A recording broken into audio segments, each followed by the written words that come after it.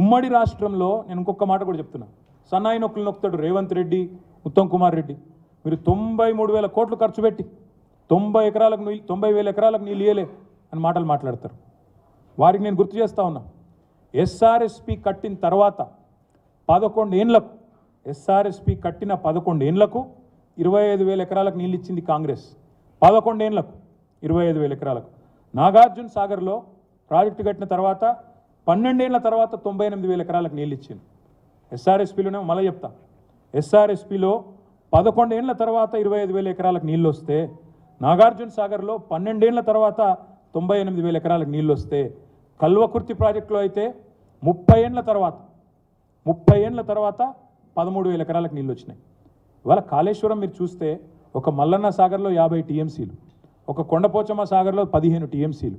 ఈ రెండింటితోనే దాదాపు 2 పంటలు కలుపుకుంటే 13 లక్షల ఎకరాలకు నీళ్ళు ఇచ్చే పరిస్థితి. కేవలం మీరు కాలువలు కట్టాలి, మేము రిజర్వాయర్లు కట్టినాం, మీరు ప్రవాహ కాలువలు కట్టి డిస్ట్రిబ్యూషన్ కాలువలు కడితే బ్రహ్మాండంగా నీళ్ళు ఇవ్వచ్చు. ఏనుగెళ్ళింది తోక చిక్కింది అన్నట్టు మొత్తం అసలు పని మేము చేసినాం. మీరు చేయవలసిందల్లా కొసరు పని, కొద్దిగా పని. దాన్ని చేయకుండా బదనాం చేసే ప్రయత్నం ఏదైతే చేస్తున్నారో మరి వారిని నేను ఆలోచించమని కోరుతా ఉన్నా. కానీ ఇన్ని తప్పుడు లెక్కలు చెప్పినా కాళేశ్వరంలో కూడా మన రాష్ట్ర ప్రభుత్వమే, కాంగ్రెస్ ప్రభుత్వమే శాసనసభలో ఇచ్చిన నివేదిక చూస్తే దాని ప్రకారం కూడా 20 లక్షల ఎకరాలకు నీళ్ళు వచ్చినాయని వాళ్ళే చెప్పారు. స్టెబిలైజేషన్ అండ్ కొత్త ఆయకట్టు చూస్తే 20 lakh acres నీళ్ళు ఇచ్చాము అని వాళ్ళే ఒప్పుకున్న మాట కూడా నేను విజ్ఞప్తి చేస్తూ ఉన్నా. ఈ చెలో మేడిగడ్డ అనే ప్రోగ్రాం ఏదైతే మేము తీసుకున్నామో, మన మార్చి 1 నాడు ఉదయం 8:30కు మా పార్టీకి సంబంధించిన శాసనసభ్యులు, అదేవిధంగా శాసన మండలి సభ్యులు, గౌరవనీయులైన పార్లమెంట్ సభ్యులు, మాజీ శాసనసభ్యులు, మాజీ ఎంపీలు, మాజీ ఎమ్మెల్సీలు, ఇంకా ఇతర ముఖ్యులు దాదాపు ఒక 150 నుంచి 200 మందిమి ఇక్కడ నుంచి బయలుదేరిపోతాం. తెలంగాణ భవన్ నుంచి బయలుదేరి ఒక్క మేడిగడ్డ మాత్రమే కాదు, మొదటి రోజు మేడిగడ్డ పోతాం. ఆ తర్వాత తెలంగాణకు కామధేనువుగా ఉన్న కాళేశ్వరం ప్రాజెక్టును దశల వారీగా ప్రజలకు మళ్ళొక్కసారి ఆవిష్కృతం చేస్తూ, వాళ్ళ మనసులో ఉండే అనుమానాలు నివృత్తి చేస్తూ, కాళేశ్వరం అంటే ఒక బరాజ్ కాదు, ఎంత సమగ్రమైన ప్రాజెక్టో వారికి వివరించి ముందుకు పోతాం. సరే, ఇప్పుడు జరుగుతున్న కుట్ర గురించి కూడా మీకు చెప్పవలసిన బాధ్యత, ప్రజలకు కూడా చెప్పవలసిన బాధ్యత మా మీద ఉంది. ఎస్, దురదృష్టవశాత్తు మేడిగడ్డ బరాజ్లో 2-3 పియర్లకు నవంబర్ మాసంలో పగుళ్ళు వచ్చినాయి. కానీ ఇదేం మొదటిసారి కాదండి, ఇదేదో చరిత్రలో ఎన్నడూ జరగంది, ఏదో మొదటిసారి జరిగింది కాదు. ఇది ఫరక్కా బ్యారేజ్, వెస్ట్ బెంగాల్లో ఫరక్కా బ్యారేజ్లో అండర్ కన్స్ట్రక్షన్ ఉన్నప్పుడే బ్రిడ్జ్ కొలాప్స్ అయింది. అక్కడ 3 చనిపోయారు, 2 చనిపోయారు. తర్వాత దాన్ని తిరిగి మరి వాళ్ళే పునర్నిర్మాణం చేసినారు. అదేవిధంగా ఇదే కాంగ్రెస్ ప్రభుత్వ హయాంలో ఆనాడు మరి అప్పటి కాంగ్రెస్ ప్రభుత్వం కడెం ప్రాజెక్టు కట్టినప్పుడు కూడా మొత్తంగా ఆనాడు కడెం ప్రాజెక్ట్ కొట్టుకుపోయిన పరిస్థితి 1950వ దశకంలో.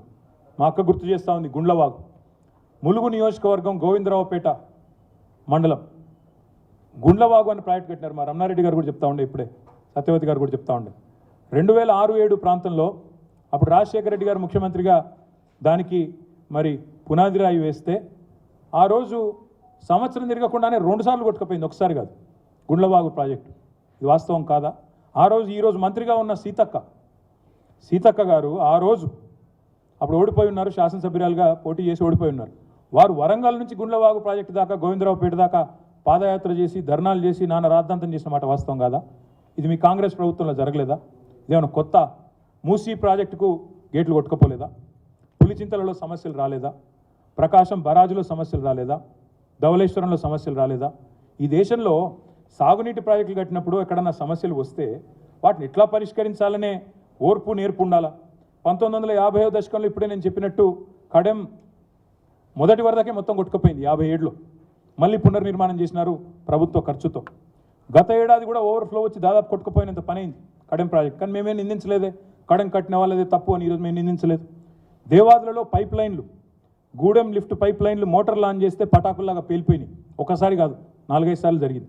కానీ ఎప్పటికప్పుడు అప్పుడున్న ప్రభుత్వం దాన్ని పునరుద్ధరిస్తూ పోయింది. దేవాదుల ఫేజ్ 3లో టనల్ మొత్తం కూలిపోయింది. టనల్ పునరుద్ధరించడానికి ప్రయత్నం చేసినాం మా ప్రభుత్వం వచ్చినాక, కానీ అది సాధ్యం కాదు. దానివల్ల రామప్ప దేవాలయానికి కూడా ముప్పు వస్తుంది అంటే ప్రత్యామ్నాయంగా టనల్ని వదిలేసి ఇక పోయిన ఖర్చు పోయింది, అన్ప్రొడక్టివ్ ఇన్వెస్ట్మెంట్ అని చెప్పి వదిలేసి పైప్ లైన్ నిర్మాణం కూడా ప్రత్యామ్నాయంగా చేయడం జరిగింది. మూసీ గేట్లు కొట్టుకుపోయినాయి, ఇప్పుడే నేను చెప్పినట్టు. సింగూరు డ్యామ్ గేట్లు కూడా కొట్టుకుపోయినాయి, దామోదర రాజనరసింహ గారి జిల్లా, ఆయన కాన్స్టిట్యున్సీ. ములుగులో ఇప్పుడే నేను చెప్పినట్టు అక్కడ గుండ్లవాగు ప్రాజెక్టు కొట్టుకుపోయింది. నిజామాబాద్ జిల్లాలో కౌలాసనాల మట్టికట్ట మొత్తం కొట్టుకుపోయింది. వరంగల్ జిల్లాలో ఆనాడు పాలెం వాగు కడితే 2 సార్లు మట్టికట్ట కొట్టుకుపోలేదా? మా ప్రభుత్వం ఎన్నడో కట్టిన సర్ఫేస్ వేర్ని గార్జ్లోకి మార్చిన తర్వాత మళ్ళీ ఆ డ్యామ్ నిలబడ్డది తప్ప మొత్తం ఇది కొట్టుకుపోలేదా? వరంగల్ జిల్లాలో పాలెం ప్రాజెక్టు. ఇక వేరే రాష్ట్రాల్లో అయితే లెక్కలేదు. ఇంకా ఇప్పుడు నేను చెప్పిన మన రాష్ట్రంలో ఉంది. వేరే రాష్ట్రాల్లో గుజరాత్లో మత్సు అనే డ్యాంలో 79లో కూలిపోతే 2000 మంది చనిపోయినారు. మత్సు అనే డ్యామ్ గుజరాత్లో 1979లో కూలిపోతే 2000 మంది మరణించిన ఒక దుర్ఘటన కూడా మన దేశంలోనే జరిగింది. కడప జిల్లాలో పోతులూరి వీరబ్రహ్మేంద్ర స్వామి డ్యామ్ను 2005-6లో తొలిసారి నింపినారు. 2022లో లీకేజ్ వచ్చింది, దానికి మళ్ళీ రిపేర్ చేసి వాళ్ళు నడుపుతూ ఉన్నారు. పోలవరం డయాఫ్రామ్ వాల్ కూడా దెబ్బతింటే దాన్ని కూడా రిపేర్ చేస్తూ ఉన్నారు. సిక్కింలో, వెస్ట్ బెంగాల్లో తీస్తా నది మీద గత ఏడాది వరదలకు అక్కడ డ్యామ్లు దెబ్బతిన్నాయి.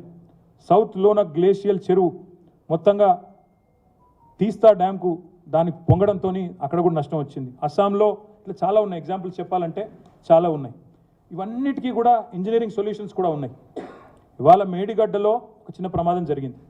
సింపుల్గా కాఫర్ డ్యామ్ కట్టి దాన్ని రిపేర్ చేయొచ్చు. ఇది నేను చెప్పట్లా.